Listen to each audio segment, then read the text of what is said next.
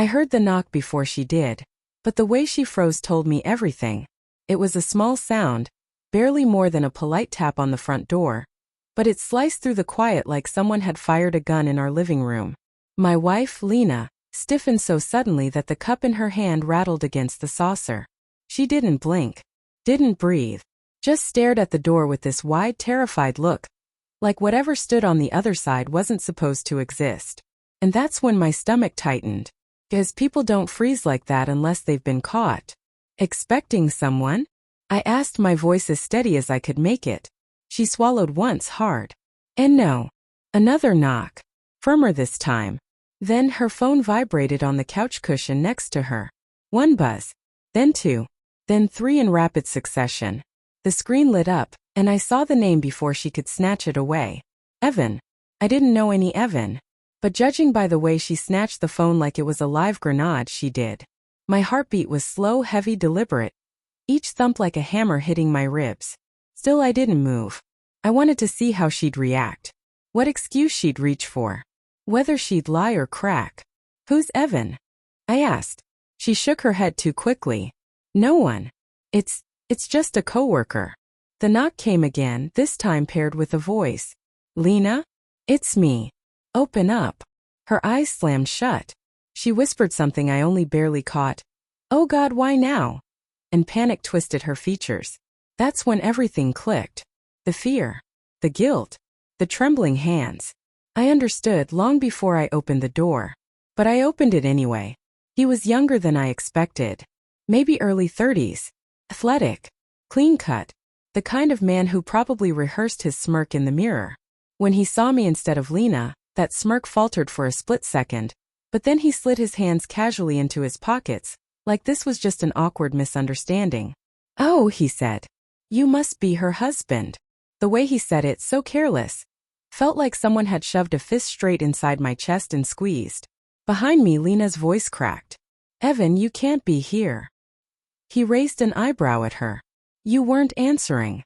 She didn't have to, I said, my voice cold and steady. She's home. With her husband. That's when he looked at her, not with guilt or shame, but with this almost mocking softness, like she belonged to him more than she belonged to me. I needed to talk to you, he said to her, not me. You said you would tell him. My mouth went dry. Tell me what? Lena stepped forward, arms shaking, tears already forming. I was going to. I held up a hand. Don't. She froze again, her breath catching. Don't insult me by finishing that sentence. There was a long, suffocating silence. I could feel something in my chest breaking, but it wasn't a single snap. It was slow, quiet, a series of tiny fractures spreading through everything I thought was solid. Tell me how long, I said finally, looking at her. She wiped at her cheeks, but the tears kept coming. It wasn't supposed to happen. That's not an answer. Evan crossed his arms. 6 months. Her sob escaped before she could stop it. Evan, don't. He shrugged. He asked. 6 months. Half a year. While she kissed me goodnight. While she laughed at my jokes. While she held my hand like nothing was wrong. Maybe she thought withholding the timeline spared me. It didn't. It only made the blade sink deeper. I nodded slowly. All right. I stepped aside from the doorway. Take your time saying goodbye, I told her quietly. I won't stop you. Her eyes widened. What? No, that's not what I want. How would I know what you want, Lena? My voice cracked then against my will. You've been living a whole other life without me. She reached for me, but I stepped back. Her hand hung in the air for a moment before falling, defeated, to her side. Please, she whispered. Can we talk? Just us. You've already talked, I said, gesturing to Evan. Clearly. He shifted uncomfortably now, realizing he wasn't the confident intruder anymore. Just an unwelcome presence witnessing the slow implosion of someone else's life. Maybe I should. Yes, I said. You should.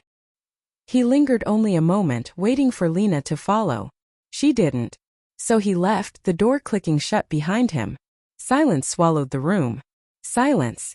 And the sound of my world crumbling. I ended it, she said after what felt like hours. With him. I swear. Today. I told him it was over. And that's why he showed up at our house? I asked softly, because that sounds like a man who thinks he still has something to claim. Her breath shuddered. I made mistakes. I know. I'm sorry. But I never stopped loving you. It hurt to hear her say that. Because part of me wanted to believe it. Wanted to cling to it like a drowning man reaching for a floating piece of debris. But lies don't stop hurting just because you wish they were true. Why him? I whispered. She pressed a trembling hand to her mouth. I felt unseen. Unwanted. You were working so much and I shook my head. No. Don't make this about my job. Don't rewrite us so your betrayal feels justified. She broke then, knees hitting the floor, sobs shaking her whole body. I'm scared to lose you. You already lost me, I whispered. The moment you froze at the sound of his knock. Her crying deepened, a raw and broken sound that once would have shattered me. But all I felt now was numb, heavy, like someone had drained the color from my life and left me in grayscale. I don't know what happens next, she said through her shaking breaths. I do, I replied. Her eyes lifted toward mine, red, desperate, pleading. I'm leaving tonight, I said. You can stay here. You and your guilt. You and the memories you ruined. She tried to stand, legs unsteady. Please don't walk away. But I already had. Not physically, not yet. But emotionally, spiritually. Everything she'd broken was too splintered to piece back together in the moment. I moved past her slowly. Each step felt like wading through wet cement. Painful. Heavy. Final. When I reached the doorway, I paused only once. I would have done anything for you, I said softly. But I can't destroy myself to fix what you chose to break. Her sob echoed behind me as I walked out of the house and into the cold evening air. Every breath hurt. But at least it was honest hurt. The kind that leads to healing eventually. The kind that teaches you that losing someone who betrayed you isn't a tragedy. It's a release.